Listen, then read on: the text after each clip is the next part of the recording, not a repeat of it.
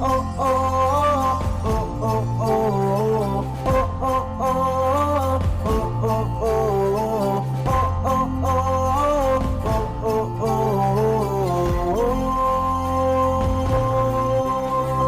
kagawaran ng agrikultura, tulong sa ating pagsasaka, paghahalaman, paghahayupan at pangingisda.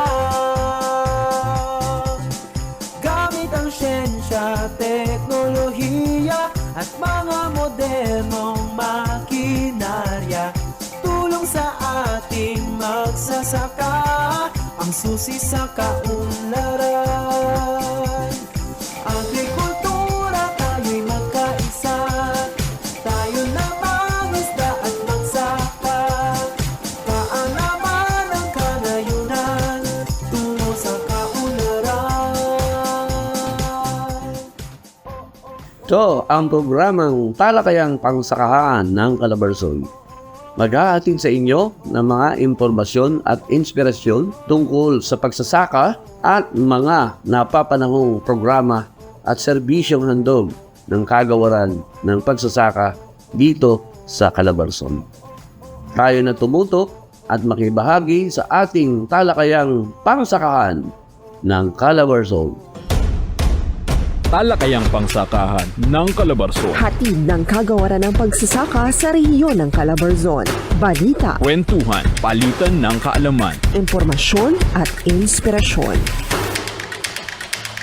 Sama-sama nating tunghayan sa Talakayang Pangsakahan ng Calabarzon.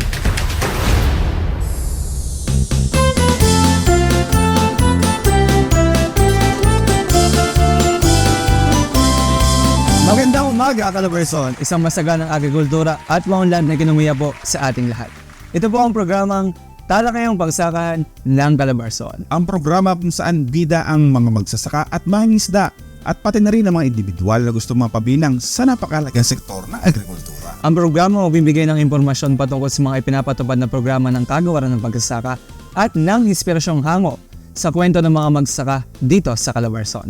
Ako po ang lingkod, JB Arino.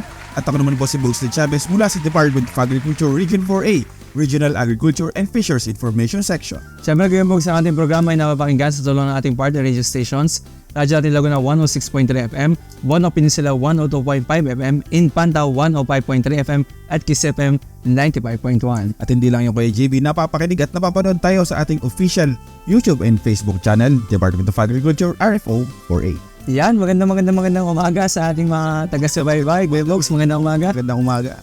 At syempre, panibagong araw, panibagong episode. At panibagong huntahan. Yan. At syempre, mga inspirasyon sa ating magsasaka, bagong produkto, syempre, butil ng impormasyon. At ngayon, ang bida ay ang bida sa kwento natin sa ating programang DA-BEST, ang ating Organic Agriculture Program, kung saan natin makakauntahan ang kanilang focal at the same time, ang Research Division Chief, Kuya Bogs. Walang iba kundi si Miss Eda Dimapelis. Yan, sa tulong ni Ma'am Eda, Kuya Bogs, ay malalaman natin kung ano nga ba yung tinatakbo na ng organikong pagsasaka at ano pa yung mga programang ipinapatupad para mas mapalawig pa ito. Mamaya sa ating programang DA-BEST. Pero yan, bago yan kay JB, ay dumako muna tayo sa mga balitang ating nakalap at tinutukan dito sa Balitang Sakahan.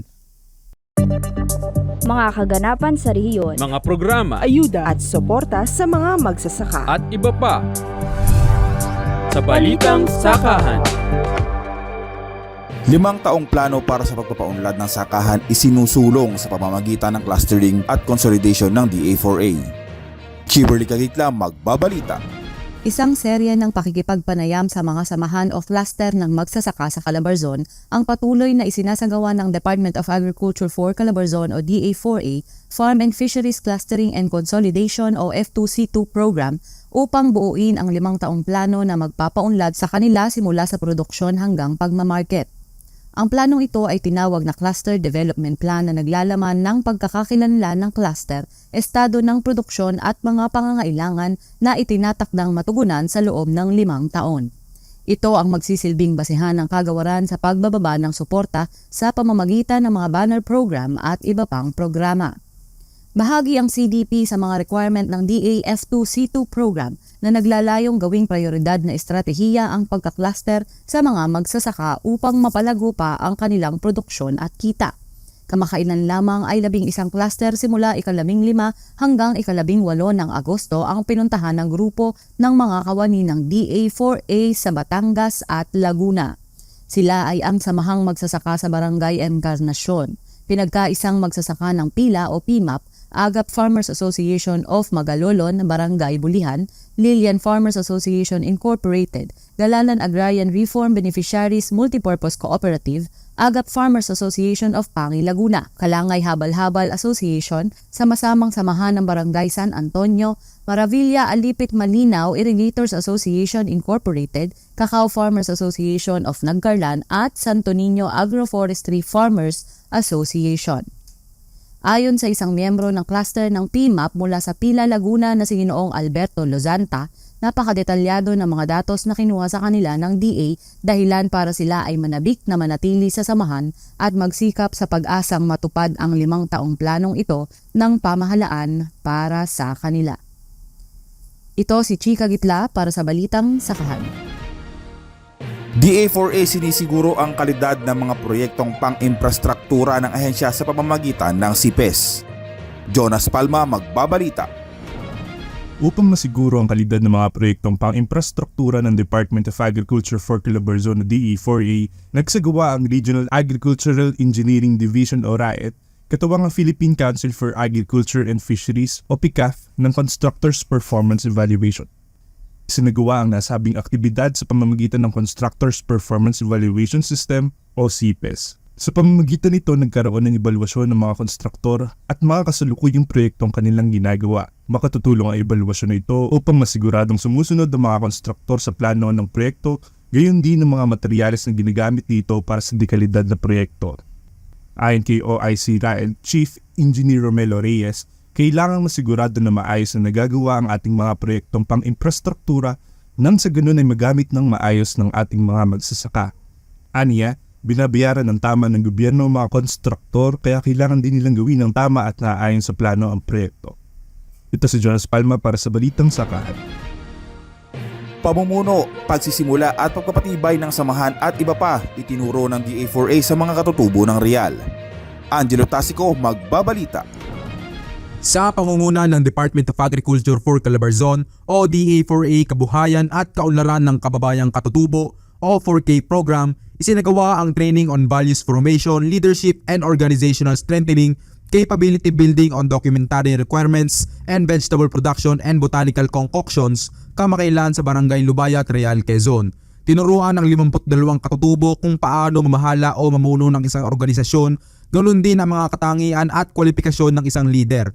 Binigyan din sa pagkasanay ang mga magagandang katangiang kinakailangan ng bawat membro upang mas mapatibay ang kanilang samahan at ang mga kinakailangan dokumento upang maging isang akreditadong samahan sa DA4A nang sa ganon ay makatanggap sila ng mga kinakailangang interbensyon. Ayon kay Angeline Correlacion, ang ikakabuti at ikakaunlad ng isang samahan ay nasa magaling at masigasig na pinuno. Sinabi din niya na ang mga ganitong pagkasanay ang maghuhubog sa kanila upang umunlad sila kasabay ng kanilang sakahan. Samantala, nagkaroon na din ng pagkasanay ng produksyon ng iba't ibang klase ng gulay at paggagawa ng botanical concoction tulad ng fermented fruit juice, fermented plant juice at fish amino acid na pwedeng gamitin bilang abono sa mga pananim. Naging tagapagsanay ang mga kawani ng DA4A 4K program na sina alternate 4K focal person Jacqueline Sunga, Rochelle Ann De Ramos at Jason Trinidad. Ako si Angelo Tasico para sa Balitang Sakahan. At yan ang mga balitang ating nakalap at tinutukan dito sa Balitang Sakahan. Huwag po kayong aalis at manatiling nakatutok sa Talakayang Pangsakahan ng Calabarzon.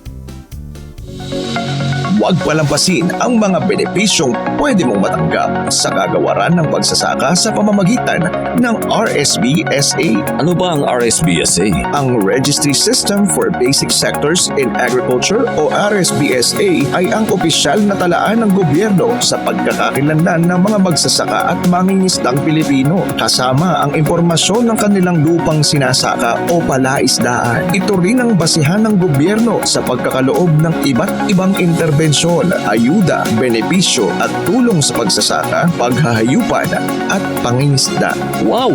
Ganun pala kahalaga ang RSBSA. Malaking tulong to sa ating mga nasa larangan ng agrikultura. Makapagpalista na nga. Ang impormasyong ito ay hatid sa inyo ng Department of Agriculture Region 4 Calabarzon Rice Program. Paano magparehistro sa RSBSA? Rehistrado ka na ba sa talaan ng pamahalaan sa pagkakakilanlan ng mga magsasaka at mangingisda? Kung hindi pa, narito ang 4 basic steps para magpalista sa Registry System for Basic Sectors in Agriculture o RSBSA. Una, ihanda ang mga kaukulang dokumento gaya ng orihinal na kopya ng titulo ng pagmamayari ng lupang sinasaka o kasunduan sa pagsasanla o ng renta sa lupa, orihinal na government ID at latest 2x2 ID picture. Pangalawa, pumunta sa inyong city o municipal agriculture office at isumite ang inyong mga dokumento. Pangatlo, kumuha at sagutan ang RSBSA enrollment form. Pagkatapos sagutan, apirmahan ang form sa inyong barangay chairman, city o municipal agriculturist at city o municipal agricultural and fishery council chairman. At panghuli, kunin ang RSBSA enrollment stub na magsisilbing patunay na rehistrado ka na sa RSBSA. Ingatan ito dahil ito ang magtitiyak na ikaw ay kwalipikadong benepisaryo ng anumang programa ng kagawaran. O di ba madali lang? Kaya huwag ka nang magpahuli pa at mag-register ka na sa RSBSA. Ang impormasyong ito ay hatid sa inyo ng Department of Agriculture Region 4 Calabarzon Rice Program. Nagtataka ka ba kung anong mga variety ng palay ang rekomendado dito sa atin? Nako, eto na. I-ready na ang listahan at isulat ang mga sumusunod. Sa inbred rice, andyan ang N6, RC216, C226, C238, C300, C308, C352, C354, C356, C358, C394, C396, C398, C400, C402, C436, C438, C440, C442, C506, C510, C512, C514 at C222. Nakuha mo ba yon? O eto naman ang para sa hybrid. Mestizo 6, Mestizo 20, Mestizo 21, Mestizo 38, Mestizo 46, Mestizo 48, Mestizo 55, Mestizo 63, Mestizo 67, Mestizo 68, Mestizo 70, Mestizo 71, Mestizo 79, Mestizo 82 at Mestizo 90. Madami-dami, di ba? Madami rin ang pakinabang nito para sa ating mga consumers at farmers. Ang paalalang ito ay hatid sa inyo ng Department of Agriculture Region 4 Calabarzon Rice Program.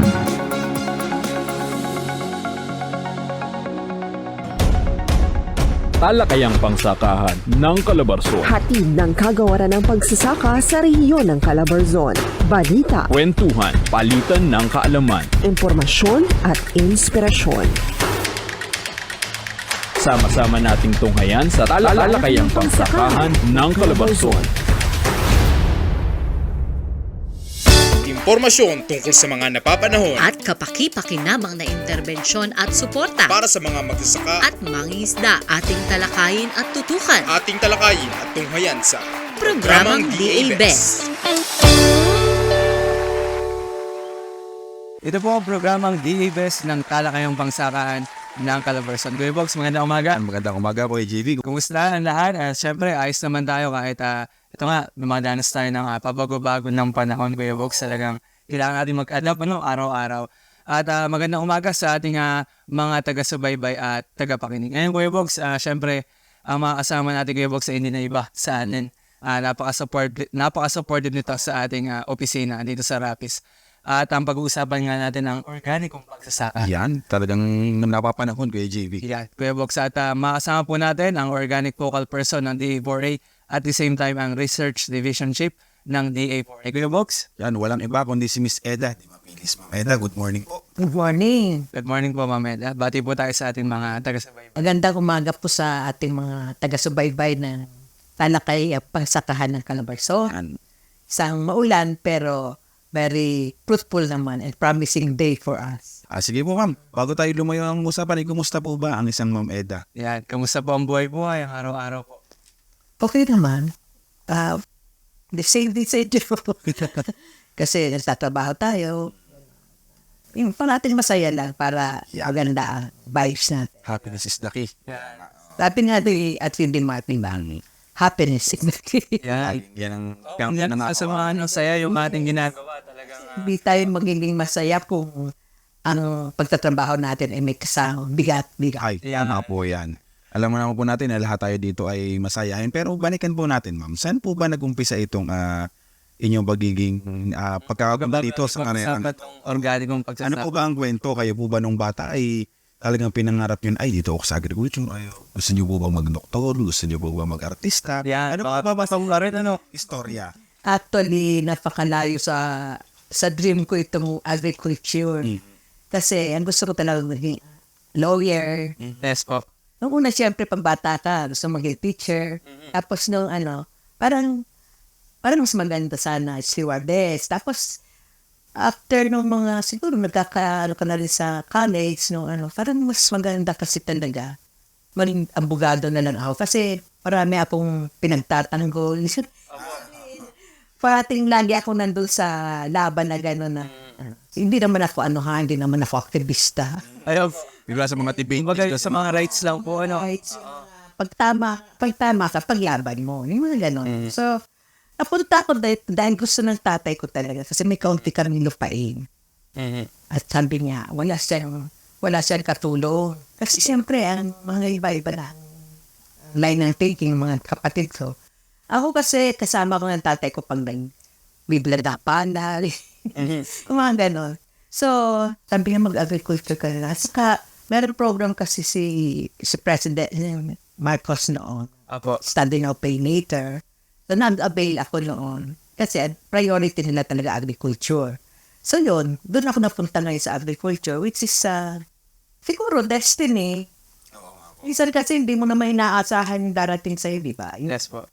Tapos, napunta ako hindi muna, travel agency muna. And then, siguro after, pinuntan ako ng friend ko, sabi ang ginagawa mo dito agriculture graduate ka, parang wala ka sa career path mo, gano'n. So, sa madaling sabi, nag-apply kami sa agriculture, marami kang pinagdaanan. Ibang-iba nga ngayon Noon talaga, sumabak kami sa halos magtatanim ka na Bougainvillea sa airport. Marinduti kasi ako na-assign din. So, yun, yung maraming hirap, pero hanggang sa malipat na ako sa special project, like ang Laguna de Irrigation Project, nasa vegetable component, kasi rice component sa niya yun. So, after so many years siguro, nag-enjoy naman ako doon sa special project. Tapos, noong 1997, hindi lang ako nagkaroon ng time na mag-permanent. So, isipin mo yun, alos 15 years na graduate ako tapos. Tapos yun. Tapos, napunta na ako marami rin naman akong pinalampas na mga promotion, kumbaga. Kasi nga, siyempre, kung nasa comfort zone ka, parang ikon ka na. So, medyo delayed na rin yung thinking na dapat pala nun ko pa. Ginarap yung mga ganong opportunity. Okay lang kasi andito naman ako ngayon. Nadaanan ko nadaanan ko na rin yung mga dapat daanan. So, ito na yung, kumbaga, ito na at saka, retirable na ito. Yan. Kumbaga, ito ang may tuturo natin, kumbaga, fuling year nyo dito sa... Yes. Mga remembrance natin ito kay Ma'am na makakasama natin dito sa interview ito. Pero ano, Ma'am, yung tingin mo, minahal mo dito sa agriculture? Sa tagal nyo po sa journey nyo. Sabi nga, hindi madali ang pinagdaanan ninyo. Pero ano po yung parang turning point na, sige, dito na nga ako? Kasi ako kasi nilig sa challenge. In-accept ko ito sa challenge. So, pag in-accept mo yan, i-brace mo na rin yung hirap, diba? Kumbaga, hindi naman talaga madali ang ating tinatrabaho. Bagay yung oras mo talagang dapat, wala nga Saturday and Sunday sa atin. Wala naging apo ako. Wala Saturday and Sunday. At saka dapat lagi talaga nakakabit ang cellphone sa katawan mo. Kasi may mga, napambagyo. Alam kami mga apo noon. Ay, marami na may bagyo. Kasi talagang, minsan kasi tatawag sa'yo, kailangan update.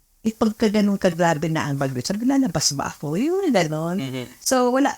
Nung una kasi, wala pa naman talaga ganun kateki. Pag ganun kateki na talagang in person makikita mo na. Ayaw nila nung wala kang basis na, yun pala talaga nangyari. Ganun. So, yun. Pero enjoy naman. Kasi naman pagka nakita mong nagiging na-develop na farmer, nalagaan mo siya, tapos andyan na siya, may mga testimony na siya, na siya ay natulungan ng Department of Agriculture. Napakaganda na sa atin yun na parang na natin yan, parang trophy na natin yun. Masarap sa pakiramdam. Parang yun na yung pinaka-fulfillment natin, lalo na pag gumagawa po kami ng mga success stories ng mga farmer. Pag nasa atin.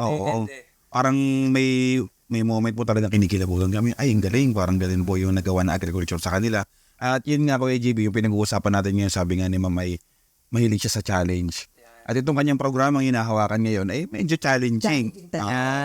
Organic Agriculture Program. Ano po ba ito, Ma'am? Ano po ba ang pinagsimulan nitong Organic Agriculture Program? Kasi itong Organic Agriculture Program, talagang simula ito ng panahon ni Secretary Alcala. Kaya kasi author yan. At saka, siyempre, nandiyan din yung pagtulong ni Senator Cynthia Villar na ma-promote talaga itong Organic Agriculture dito sa atin.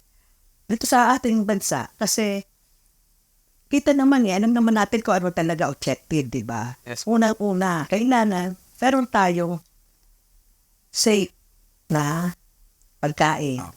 Tapos yung state din ng ating mga farmer. Tapos lalo na sa ating environment. Kasi unang-una kasi pagka gumamit ka talaga nakakalason na chemical, ano ba yung pinapakain sa atin? Di ba? So yun minsan kasi ang hindi natin naiisip na bakit nung mga panahong una, naabot ng mga 120 years ang tatanda. Diba? Yung matanda na, pero malakas pa, diba? Pero ngayon, at our generation, sa mga susunod na generation, siguro napapag-isip-isip na bakit nga ba? Saan ba nanggagaling yun? So, saan? Ang unang-una kasi ating food intake, diba? Yun yung dapat natin isipin na, kahit hindi man na lahat, pero halos doon, nagsisimula yung mga sakit, di ba? Tapos yung pollution, yung sa tubig, di ba? Kasi hindi ganun ka. Pag gumamit ka ng chemical, pag in-spray mo yan sa halaman, pag may umulan at saka may flowing water, saan yan? Saan pupunta?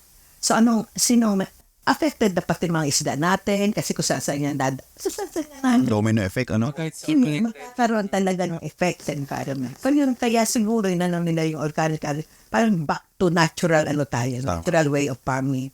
Hindi talaga tayo gagamit ng mga chemicals, mga insecticide na nakakatira sa kalikasan at sa ating kalusugan. So siguro ito na yung time talaga ng pag-ibayuhin natin talagang itaguyod itong programa ng Organic Agriculture. Di talaga ako na nagkakaroon ng puti na nga na-extend ako. At least na-extend. Kasi nga, siguro kailangan talaga pa ako ng ating programa. Yes po. Dahil nga, yun din ang claim mo ng mga organic farmer natin na nagsisimula pa lang tayo. But sabi ko nga, after a decade, nakasi itong programa. Pero, parang very slow. Very slow yung pagtanggap. But then ngayon, nakikita naman natin na yung ating target, natin na 92% na out of 497,000 na agricultural area natin, nasa 22,000 na yung ating na meat. So, marami na rin tayong mga organic certified farmers. Nakakatawa kasi Kuya JB. Alam mo yung mga na-interview natin, parang laging remarkable basta organic agriculture farmer. Unang-una, si Sir Denison Tan ng Kalaka. Siya yung nagpa-realize sa amin na saan ba galing yung kinakain mo? Yun ang unang tanong na talagang pinukaw po kami na saan ba galing ang kinakain natin? hindi natin alam. Tsaka alam mo yung pag organic farmer, para lagi sila may prinsipyo, para lagi sila may pinaglalaban na ito yung dapat. Ako. Kasi yung kay JB, balik tayo din sa ano. At yun ma'am, at sabi nyo nga, very challenging itong ating programa na inahawakan. Pero bilang focal person, ano nga ba yung mga programa natin na pinapatupad upang ma-meet natin yung ating mga objective or aim? Marami tayong naging programa na na yes, ma'am. Bigyan natin na mamahagi natin sa mga organic farmers. Unang-una, maganda ngayon yung ating livelihood project na worth 5 million. Actually, yan mapapansin natin na medyo tumaas ang budget ngayon ng organic agriculture dahil nga dyan sa livelihood project. So, meron tayo naman na pinondohan na dalawa, yung Go Quezon at saka yung sa Cavite. Yes, ma'am. Ito nga yung livelihood project na 10 million. Sa 10 million, naka-package na doon yung pangangailangan nila. Kasi as you can see, ang problema talaga natin ngayon is yung supply ng organic fertilizer. Kumbaga mahirap, laborious kasi yan Kaya alam mo naman, di ba, yung mas madaling paraan, yun ang gusto ng farmer. Pero ito yung mas nakakatulong kasi. So, inisip ng Organic Agriculture Program na bigyan ng negosyo, parang livelihood project nga, o kaya sinasabi natin business hub, ang ating mga organic cooperatives na sila na mismo magpuproduce na fertilizer at sila na magdidistribute. Doon mo na rin bibilin. Kapag may business side kasi, doon mo na bibilin kasi sila na nga yung magpuproduce at the right price na hindi naman ganun kataas. Doon para sa ating mga member na mga organic din. At kaya hindi lang sa Quezon, meron din sa Cavite. Kumbaga, may production na yung organic fertilizer. So, yun ang business na binibigay natin sa kanila. Yan, biro yun, Kuya Books, 10 million para mas mapalawig yung ating organikong pagsasaka. At kita-kita naman natin, ma'am, yung ating mga sinusuporta ng magsasaka talagang tuwan-tuwa sila, Kuya Books, sa ating mga Saka iba yung, alam mo yung iba yung lasa talaga pagka organic. Kasi ba yan, pag pumunta mo ng farm, syempre, ang ihahain ng farmer, yung ani nila. Iba po yung lasa, yung talong, nakating yung talong na matamis sa sa Baras Rizal yan kay Sir Rico Bardel. Talagang ibang-iba po yung way kung paano nila gawin. Yun nga lang po, talagang sinasabi po nila ay medyo mas matagal yung production. Ano po ba yung parang nagiging natin sa farmer pag gagawin yung thinking? Na sinasabi nila, ay medyo matagal pag organic. Yun, sinasabi siguro yung result doon sa lupa. Ayun po, tama po. Kasi, halimbawa, pinagod mo na muna yung bago maglakad ng switch sa organic. Yes, ma'am. So, syempre, hindi pa talaga mapapakinabangan. Yung first cropping, siguro mga second or third cropping pa, dahil yung adoption ng lupa. Kaya nga minsan talaga pinapahinga. Pero dahil nga sa sobra na tayo sa production, gusto natin mag-produce more and more production, So, yun nga sinasabi ko, na sacrifice na natin yung food safety. So, yun dapat ang isipin ng farmer na tayo ay nagtanim, tayo kumain para magliligtas, di ba?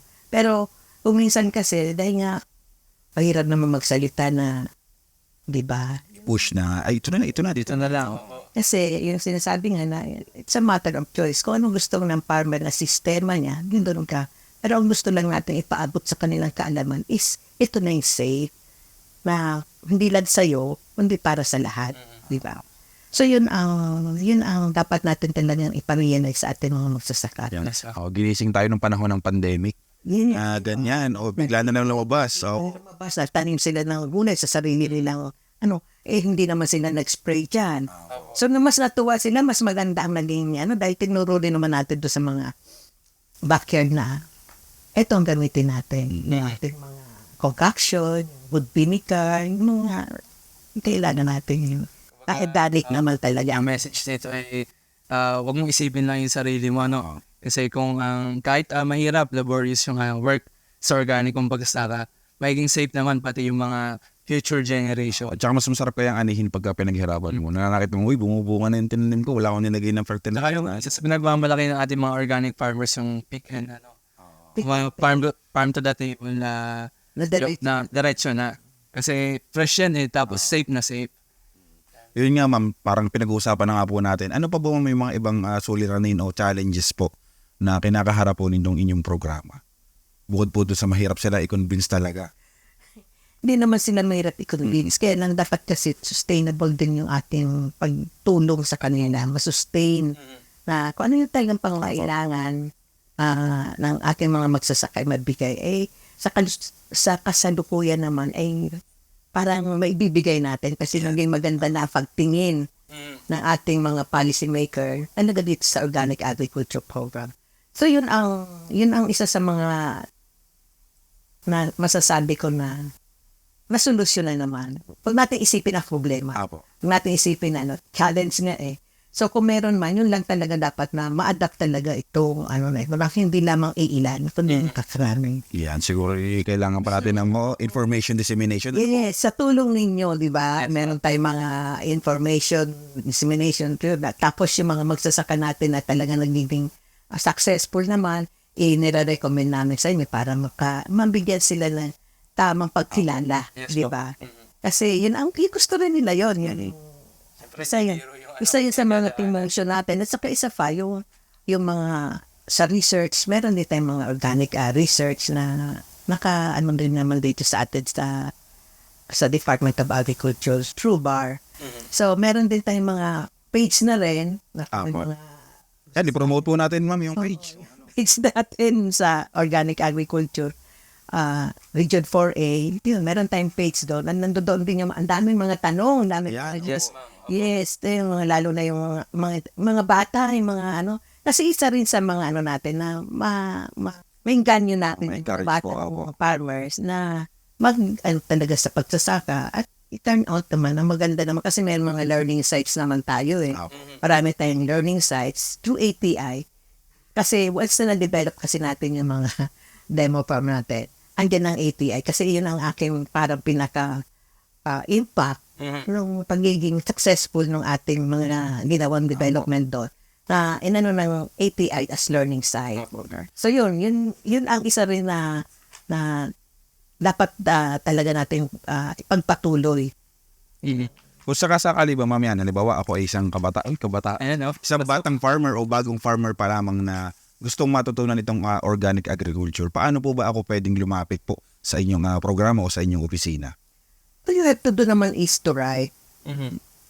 Kung saan. Kasi ang ATI talaga ang training. Sila ang training. Partner natin ng ATI. So yung mga learning sites natin, nag-o-offer yan ng mga organic NC2 program, mga ganyan. Yun, pwede naman natin na pagbigyan din ng ganyang pagpahalaga ang ating mga kabataan para maingganyo nga sila. At nag-i-enjoy naman nag-i-enjoy naman talaga sila. Tsaka isang way nito yung scholarship po. Yes, may scholarship din tayo. Pero ang lead dyan ay ang API po rin. Yung youth scholarship program natin. Sila, may collaboration lang tayo with API.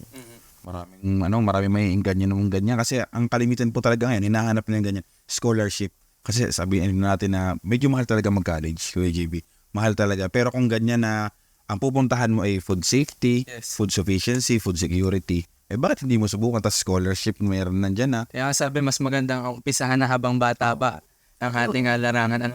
Kasi diba, ang isa rin nagiging problema kasi natin yung mga tatanda na atin mga farmer. Ang average na nasa 58. So ngayon, makikita naman natin na meron din tayong mga programa sa AMAG, yung Young Farmers Challenge. Yes po. Nabibigyan natin ng negosyo. Kasi nga sinasabi, agriculture is not only farming, it's a business. So yun.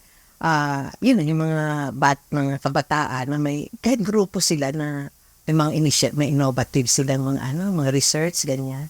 Yun, inibigyan sila ng pagkakataon na ma-promote yung kanilang talent to produce. At saka meron din sila mga may mga invention din sila. Marami po. Kaya yun nga ang inaano natin na may encourage talaga yung mga kabataan. Kasi di lang nakakahon yung agriculture doon lang sa labas ng sa production. Yan kasi, tulad ni ma'am, nasa agriculture. Pero dito sa atin, sa office, umaga, nagsiserve sa ating mga farmers, tumutulong, nagbibigay ng knowledge. Kaya, kasi yung thinking po ng iba, pag sinabing agriculture, nandun ka lang sa lupa, magtatanim ka. Hindi naman. Hindi tayo mga laboratories na nandun kasi mga agriculturists, nandun ang mga researcher, agriculture din yan. Kasi ang thinking nga, pagka ikaw farmer, magkaano rin naman kasi yung dalaw. Farmer yan. magka-partner sila na yung technology natin i-adapt ng farmer. At saka meron din sila mga mga hidden technology. May sariling alam. May May sariling alam sila. So, pinagko-combine natin yun. Kaya, masaya, hindi yung nagpapataas at alam mo naman ang ating mga magsasaka, talagang kung ano yung kanilang nakagisnan, mahiran mo pa rin sa kanilang ipaniwala na ito yung tama, ito yan. Kasi sasabihin, ang tanda po ng ganito. Ganyan ang ginagawa ko lagi. Alam mo, nakakaingkwento talaga kami sa film na ganyan. So, until such time na nagkakasundo naman na, tama. Kasi alam mo, ang lagi na sinas, to see is to believe. Pag walang resulta maganda, sorry, doon ako sa dati ko kung ganyan. Sabi nga po. Ayun, alam naman po natin na medyo nasa kalagitnaan na tayo ng taon. Ano po, sabi nyo nga kayo ay retireable na. Ano po yung mga natitira nyo pong plano para po dito sa natitira pong buwan ng taon ng 2023? Actually, meron pa rin tayo yung promotion na. The promotion ng ating organic agriculture. At wala na kakaroon tayo ng Regional Congress ng yan. Tapos meron tayong Organic Month, November. So marami tayo doon mga programa na ipapahatid at pagkilala. Lalo na doon sa ating, dahil meron na tayong mga PGS group, di ba, yung Participatory Guarantee System na certified na yung soy sa mahal sa Laguna. So, yun ang na. At hopefully, bago naman sana matapos ang taon, ang Cavite naman yung Upland Cavite naman na Association of Farmer, ang atin ng Siyempre, at saka Rizal. Basta sila, ongoing pa naman ang ating pagtulong sa pag-assist sa kanila. Talagang bagong career sa Yes, Mag-iiwan mo na ng legacy bago. Tingnan natin mga meta. Meron tayo sinasagawa ng Infocaravan sa ating mga probinsya. Ano po? Yun kasi isa sa nakikita kong solusyon. Kasi katulong naman natin ang DILB kasi may matter sa kanila ang DILB na talaga organic, bigyan ng pondo. Tsaka may batas ito, ma'am? Batas nga yan Kaya nga hindi maaaring hindi kaya nagre-request ngayon ang mga munisipyo ng Infocaravan para to know more what is this organic agriculture program. At saka ang mga nandoon, alam mo, yung mga sangguniang ang lalawigan at sangguniang pang-munisipyo, yung mga ganon, yung mga policy making bodies para at least maisama nila sa kanilang programa organic agriculture. Kumbaga ma-incorporate sa mga ordinances, ma'am? Kasi sa nangyayari na nga sa ating mga kalusugan, sa ating kapaligiran, siguro aware na rin talaga sila na it's about time. Nandun na Na talagang baguhin na natin yung ating sistema. Kumbaga may kumakalabit na, siguro kailangan ganyanin mo na, gising na. May kumakalabit na. Siguro sa oras na ito, mamay, para mas mabigyan po ng mensahe itong ating mga magsasaka. Hindi lang po magsasaka, mga consumer, ay hiningan po namin kayo ng mensahe para po sa kanila. Sa ating pong mga organikong magsasaka, maraming salamat at hanggang ngayon ay magkakasama tayo, nandiyan kayo, nakatulong namin para may palaganap itong organic agriculture system dito sa ating bansa. Anyway, hindi lang naman dito sa ating bansa, kundi halos lahat na halos lahat ang Thailand, ang Vietnam, they're going to organic. So, sa lahat din sa ating mga consumer, maging maingat po tayo na hindi porket napakaganda ng ating nakitang produkto, ay siya ay healthy.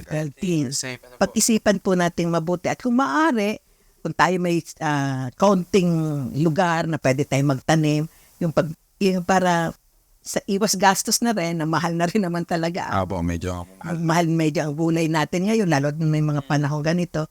Magtanim-tanim tayo ng kamatis, at mamimigay naman ang Department of Agriculture ng mga seeds para sa inyo. Yan, kumbaga, sabi nga, tuloy-tuloy ang suporta ng organic agriculture from production. At hindi organic agriculture, meron din tayong high value. Meron silang lupa, yung urban agriculture. Na nandiyan sila na kahit sa maliit na space, pwede kayong magtanim para sa inyong pangangailangan. Pwede naman pumitas ka ng talong, pumitas ka ng kamatis. Di ba masaya yun? Nasa likod. Tapos alam mo, hindi ka nagagastos. Nagtanim. alam mo ito, pag-iihian ng mga halaga mo, pero bantay mo naman hindi mo basta-basta. Saka minsan yung mga ganun lang, hugas lang yun Hugas lang ang katapat, unlike doon sa talaga nakapasok na sa Ayun, medyo napahaba ang ating huntahan. Baka papagalitan tayo ng Mamaya daw, maraming salamat po sa inyo. Okay, salamat din at least natulungan din natin. Sana bago mag-retire si Ma'am, makahuntahan ulit natin dito sa ating programa. So yun, marami pa tayong huntahang magaganap. Huwag po kayong aalis at tumutok lang sa Talakayang Pagsakahan ng Calabarzon. Ang Pilipinas ay pang-5 sa buong mundo sa pinakamapapahamak kapag may kalamidad. Dahil dito, inilunsad ng Department of Agriculture katulong ang System-Wide Climate Change Office, ang programang tinatawag na Climate Resilient Agriculture na naglalayong pag-ibayuhin ang produksyon at kita ng sektor ng agrikultura sa kabila na nagbabantang sakuna. Hangad din ito na mabawasan ang greenhouse emission at carbon sequestration sa pamamagitan ng 9 na estratehiya na iminungkahi ng 2 tanggapan gaya ng agricultural diversification, climate resilient crops, sustainable mechanization, enterprise development, agricultural financial services, learning platform, farmers database, at soil and water management. May sasakatuparan ang pagiging climate resilient ng pagsasaka na siyang prioridad ng nasabing programa. Ang kaalamang ito ay hatid sa atin ng Department of Agriculture Region 4A Calabarzon Corn Program.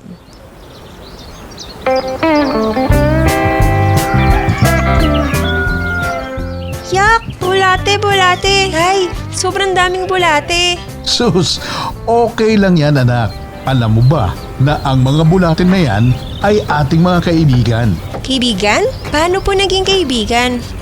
Sila kasi ang tumutulong para mas maging malusog ang ating mga lupa. Ang kanilang poops, ang tinatawag nating vermicast na siyang inihahalo natin sa lupa para maging pataba sa organikong pamamaraan.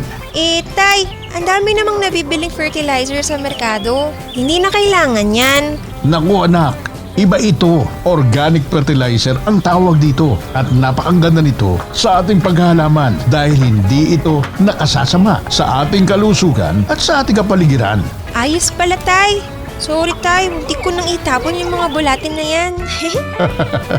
Ikaw talaga anak. O siya, halika at tulungan mo akong kumuha ng mga vermicast.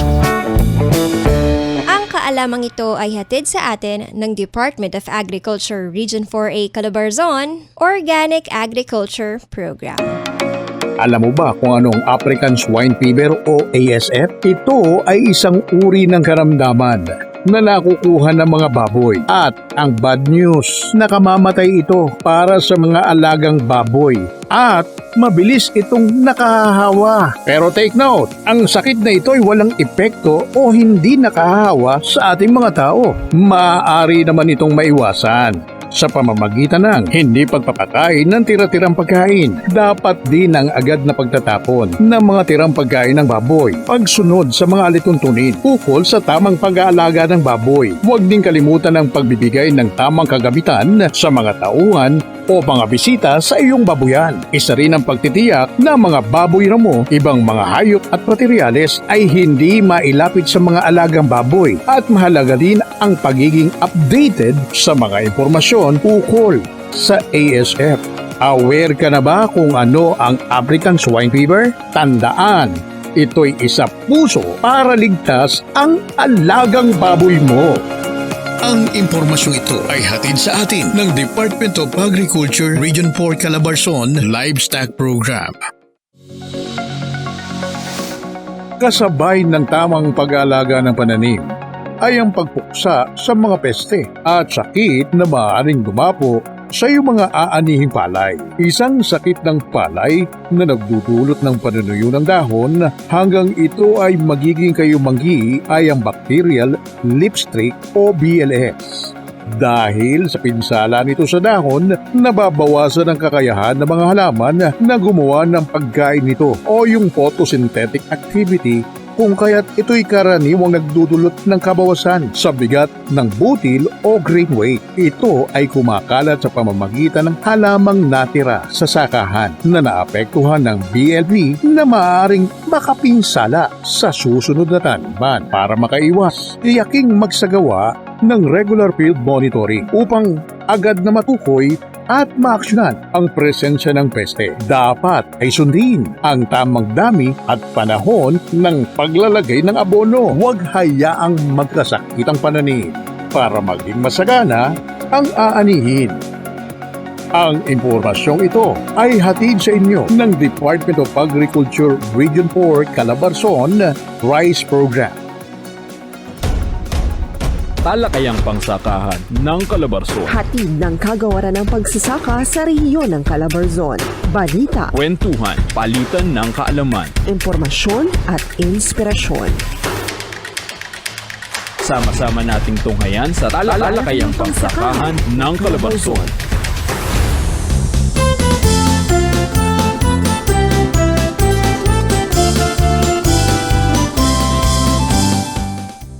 Ani at iba pang produkto at serbisyo mula sa mga magsasaka at mangingisda.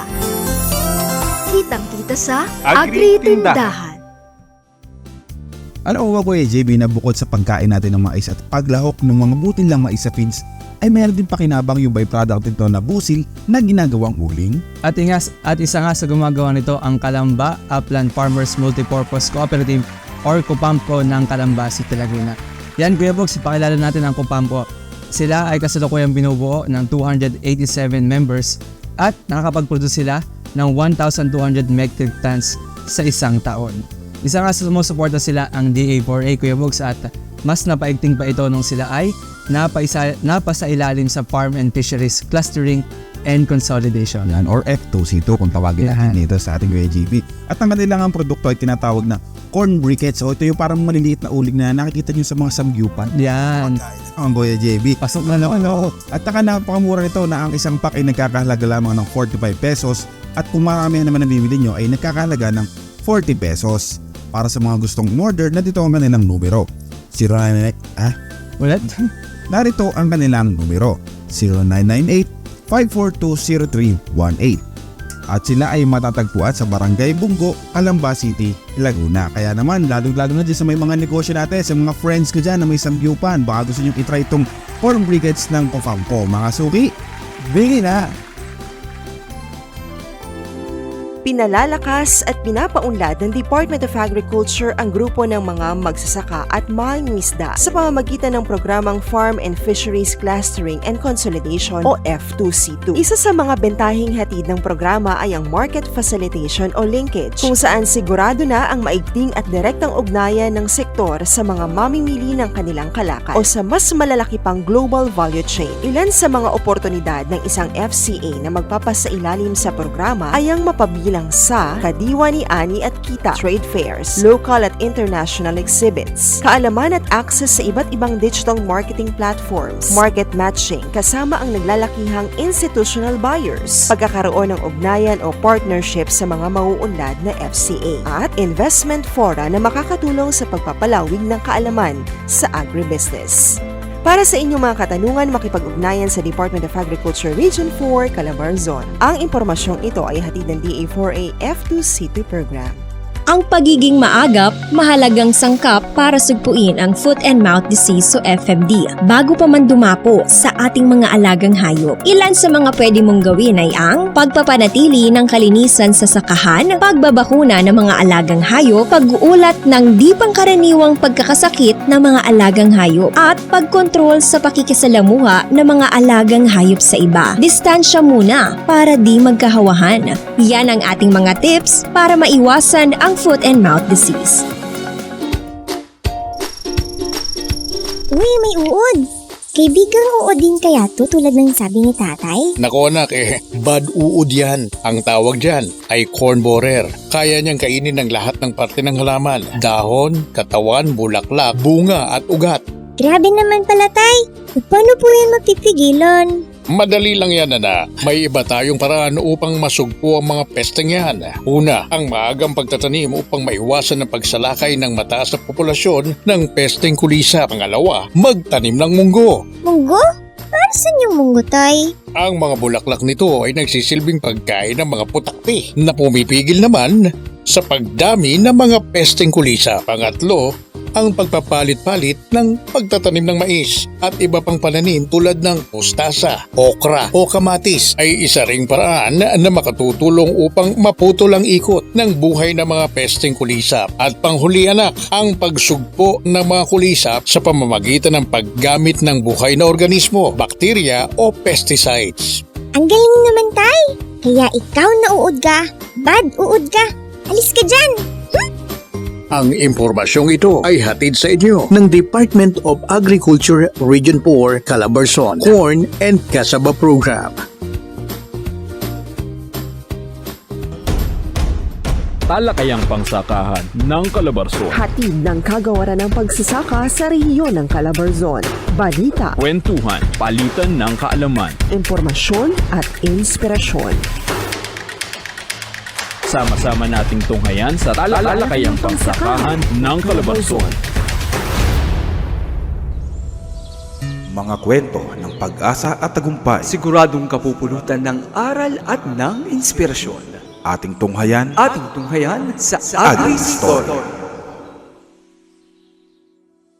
Si Ginoong Emmanuel Malibiran o mas kilala bilang Welwel ay isa sa natatanging organikong magsasaka mula sa Padre Garcia, Batangas. Likas sa kanyang pagkahilig sa pagtatanim at pagmamahal sa kalikasan. Ang tatay ko po ay gentleman farmer pero isa siyang corporate executive. So nagkaroon siya ng konting puhunan, naghanap siya ng pwede naming bilhin bilang isang weekend farm. Napunta siya sa iba-ibang lugar sa Luzon, tapos dinala siya ng Diyos dito sa Padre Garcia. Ako ay tuwan-tuwa. Gawa nung likas akong magbubukid. Ako po ay graduate ng PUP Los Baños, BS Agriculture, major in plant breeding. By nature, yun ang inclination ko eh. Pananampalataya sa Diyos at pakikipagkapwa-tao ang nangibabaw sa bisyon ni Ginoong Welwel sa pagsusulong ng organikong pagsasaka. Sa kabila ng dinadalang sakit, ay hindi siya tumigil sa pagsasaka, bagkus ay itinuring niya itong isang gamot. Meron akong comorbidity. Pero ang organic produce ay bagay na nilikha ng Diyos kasi ito rin ay nagsisilbing gamot. Ang kinakain ng tao hindi lamang para sa kanilang sustenance, kundi panggamot din sa kanilang mga sakit. Ang nangyayari po kasi pag hindi organic, commercial or conventional farming, ang dami pong chemical inputs. And there's numerous studies showing that yung mga cancer, malignant tumors, they are directly caused by chemicals that we ingest in our body. At lamang na lamang, ito dahil sa kinakain natin. Nakilala ni Ginoong Welwel ang kagawaran ng pagsasaka sa Calabarzon na nakatulong sa kanila na mas mapaunlad pa ang pagsasaka. Partikular, ang kaalaman sa mga gawi ng organic farming. Gayon din, nakatanggap din ang kanilang samahan ng iba pang interbensyon. Ang Department of Agriculture, they're all over the place.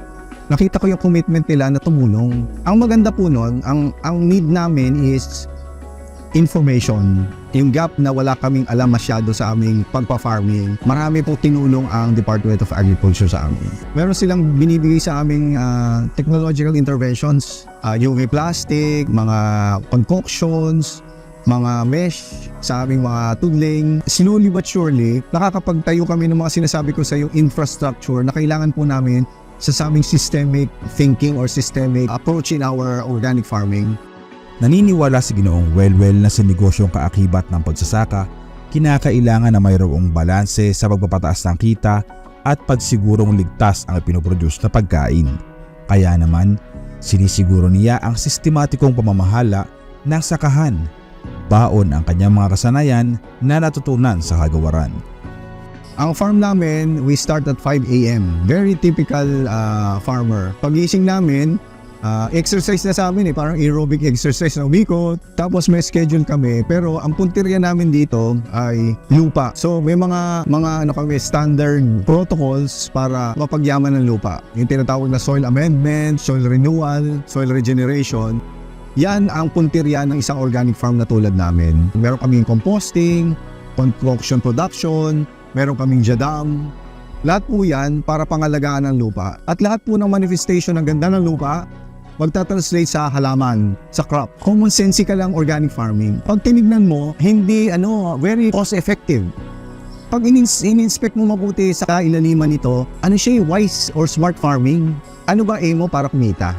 Para may kainin, di ba? Pero ang gusto mo, kakain ka ng safe, kakain ka ng masustansya.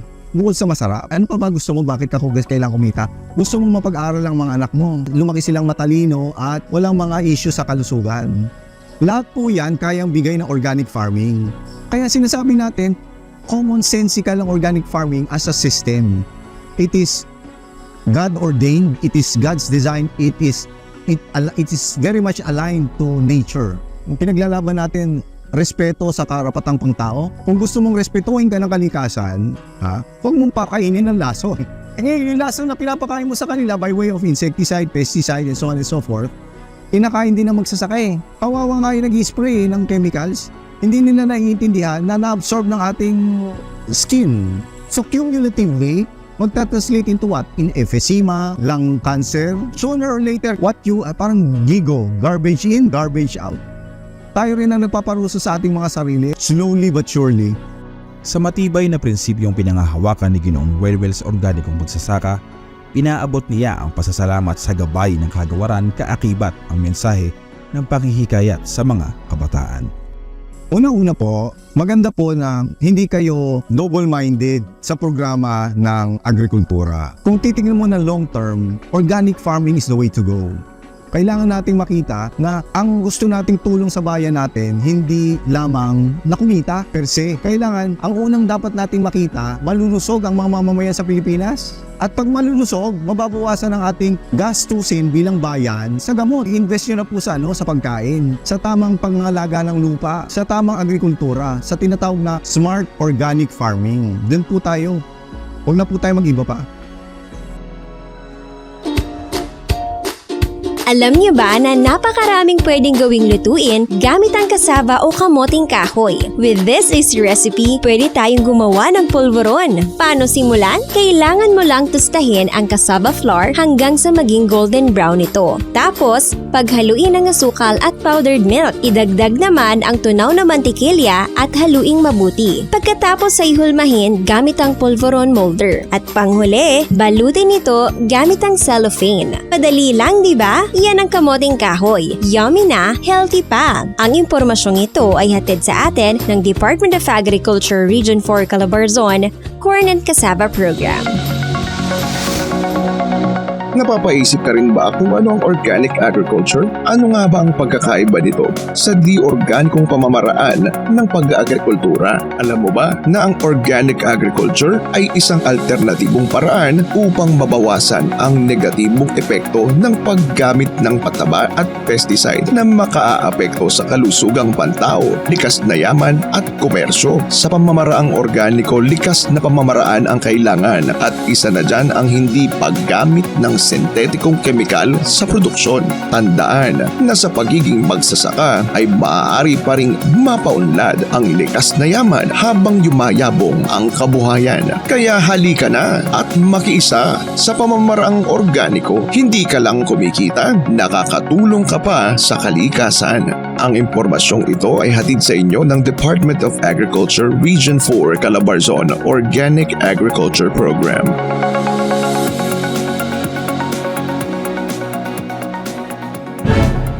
Noong 2009, lumitaw ang pandemic na H1N1 na isang uri ng sakit na natatagpuan sa hayop. Makalipas ang ilang taon, umusbong din ang swine diseases sa iba't ibang bansa na naging banta sa kalusugan ng mga alagang hayop at ng tao. Kaya mainam na pagbutihin ang kondisyon ng sakahan, gaano man kalaki o kalit ang mga ito. Ilan sa mga hakbang na maaaring gawin ay ang pagkakaroon ng malinis na tubig, tapat na pagkain para sa mga alagang hayop, wastong pagpapalaki at regular na paglinis ng tirahan ng mga ito, maging pag-iwas, pagkontrol at paggamot sa mga pinsala at sakit. Ang paalalang ito ay hatid sa atin ng Department of Agriculture Region 4A Calabarzon Livestock Program. Ayon sa Philippine Dairy Updates ng National Dairy Authority noong 2018, ang Pilipinas ay umangkat pa ng malaking supply ng gatas sa ibang bansa dahil sa patuloy na pagtaas ng pagkonsumo sa mga ito ng mga Pilipino. Sa kabila ng malawak na lupang pwedeng gamitin para sa livestock, kinakaharap pa rin ng mga magsasaka ang isang malaking suliranin at ito ang kakulangan sa feed na siyang ipinapakain sa mga hayop upang makapag-produce ng gatas. Dahil dito, pinangunahan ng Bureau of Agricultural Research o BAR ang paghahanap ng feed na magagamit buong taon. Ang kanilang sinusulong ay ang corn-based silage. Ang silage ay isang feed material na gawa sa fermented byproducts na matatagpuan sa sakahan, katulad ng grasses, forage corn, at corn stubber. Ang mga ito ay dapat may 65 hanggang 75% moisture content. Tinatadad at nakalagay sa lalagyan na hindi mapapasukan ng hangin. At ang tawag sa prosesong ito ay insiling. At ang tawag naman sa lalagyan ay silo. Dahil sa silage na ito, tumaas ang produksyon ng gatas sa bansa ng 10 hanggang 11 litro kada araw. Ang mga magsasaka rin ay nagkaroon ng pwedeng pagkakakitaan at nabawasan ng dependence ng bansa sa imported na gatas. Ang impormasyong ito ay hatid sa atin ng Department of Agriculture Region 4 Calabarzon Livestock Program.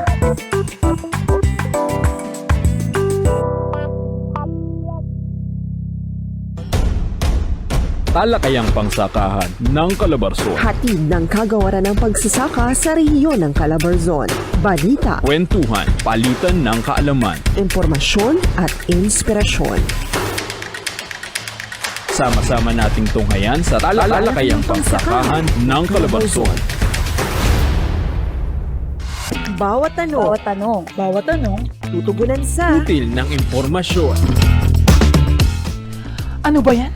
Napakainit. Pwede bang paki-off muna ng araw? Wala namang magandang naidudulot yan kundi pawis. Ew.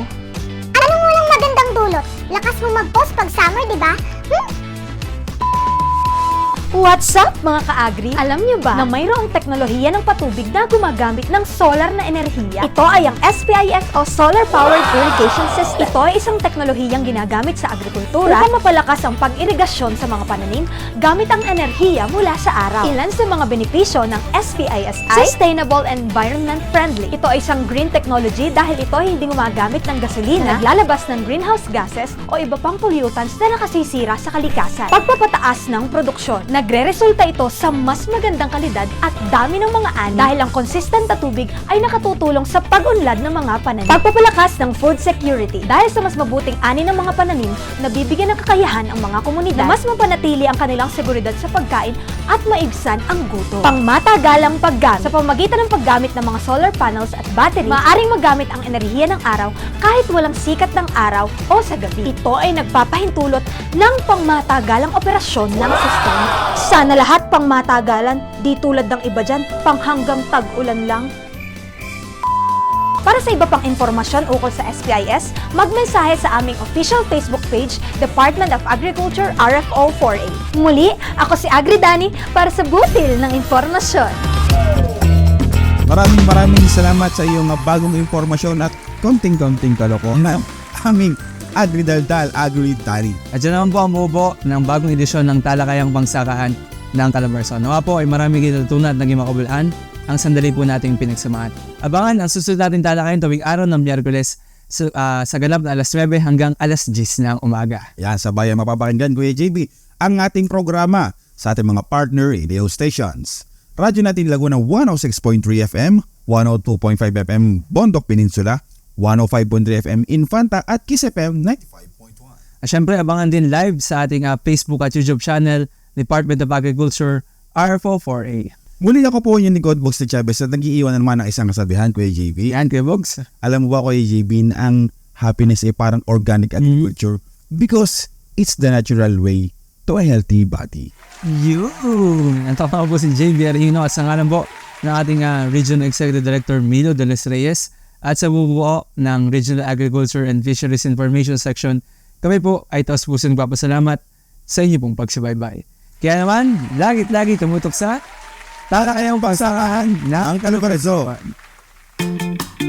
Dagdag na kaalamang kapaki-pakinabang ating aabangan. Sa susunod na edisyon ng Talakayang Pangsakahan ng Calabarzon. Tumutok na muli sa ganito pa ring araw at oras. Sumainyo ang programang Talakayang Pangsakahan ng Calabarzon. Ako po ang inyong lingkod, Milo de los Reyes, na nag-aanyayang laging sumubaybay sa ating programa at sama-sama at tulong-tulong nating kamtin ang mas masaganang agrikultura at maunlad na ekonomiya. Maraming salamat po at hanggang sa muli. Magsasaka at mangingisda, kabalikat ng inang bayan.